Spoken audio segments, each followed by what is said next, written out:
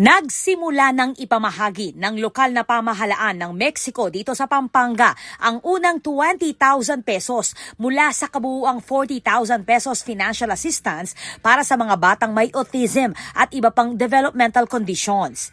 Isinagawa ang payout nitong March 17, 2026 sa Mexico Convention Center kung saan personal na tinanggap ng mga benepisyaryo at ng kanilang mga magulang ang cash aid. Ayon sa mga magulang, malaking tulong ang assistance para sa gastusin sa therapy, partikular na sa speech at behavioral interventions na mahalaga sa development ng kanilang mga anak. Salamat kang Mayor. Kaya po programa na po ngayon eh. Maragula po sa ako, kaya pong apo ko pa mag-therapy na po. Kasi po talaga kung emiya po talaga agyo, kung kaya po, kung ano po magastos talaga po. Kay maragulyo, kasi chemotherapy, lalo na yung anak ko, tinyang cerebral at tinyang physical. OT, ang pong speech.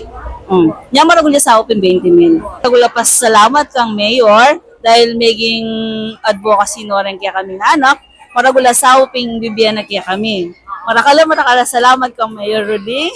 Nagpasalamat din ang Autism, ADHD, GDD community sa programa ni Mayor Roding Gonzales na nakatuon sa pagsuporta sa mga batang may special needs.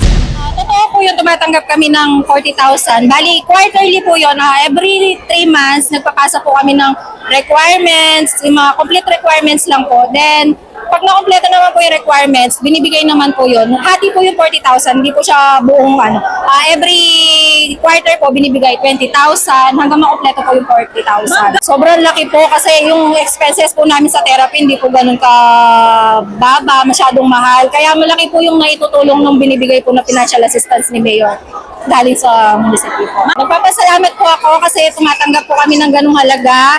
Yung therapy po kasi hindi biro, masyadong mahal. Kaya malaking bagay na po talaga sa amin. Kabilang sa mga benepisyaryo ang mga pamilya mula sa iba't ibang barangay na may mga anak na may mga kondisyon tulad ng ADHD, speech delay, cerebral palsy at autism. Po Mayor, may pandagdag therapy na po kami. Salamat po sa program nyo about po sa mga batang may special needs. Thank you po, Mayor. Maka-therapy ako.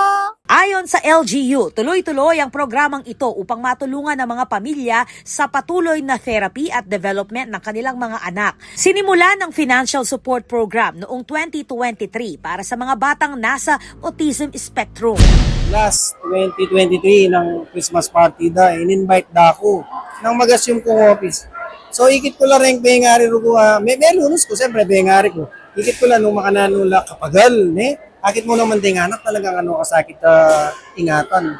So, makanyan ka naman nga isip, anang gaman ding palengke, makanyan ko nga isip, paggawa kong metong maragula kwarto para karela, na libreng pamag-aral na ka rin. Libre nga, gana-gana, lalang gastos din nga. Samantala, hinihikayat ang mga residente ng Mexico na nais mag-avail ng programa na magtungo sa Municipal Social Welfare and Development Office o MSWDO at kumpletuhin ang mga requirements tulad ng medical assessment at certification mula sa developmental pediatrician, therapy costing, certificate of indigency mula sa barangay, government-issued ID at social case study report mula sa MSWDO. Sa kasalukuyan, nasa 62 ang mga nakarehistrong benepisyaryo sa ilalim ng naturang programa. Ako po, Patricia Mamangon para King News Force Pampanga. Balitang tutuking Balen, susuyo.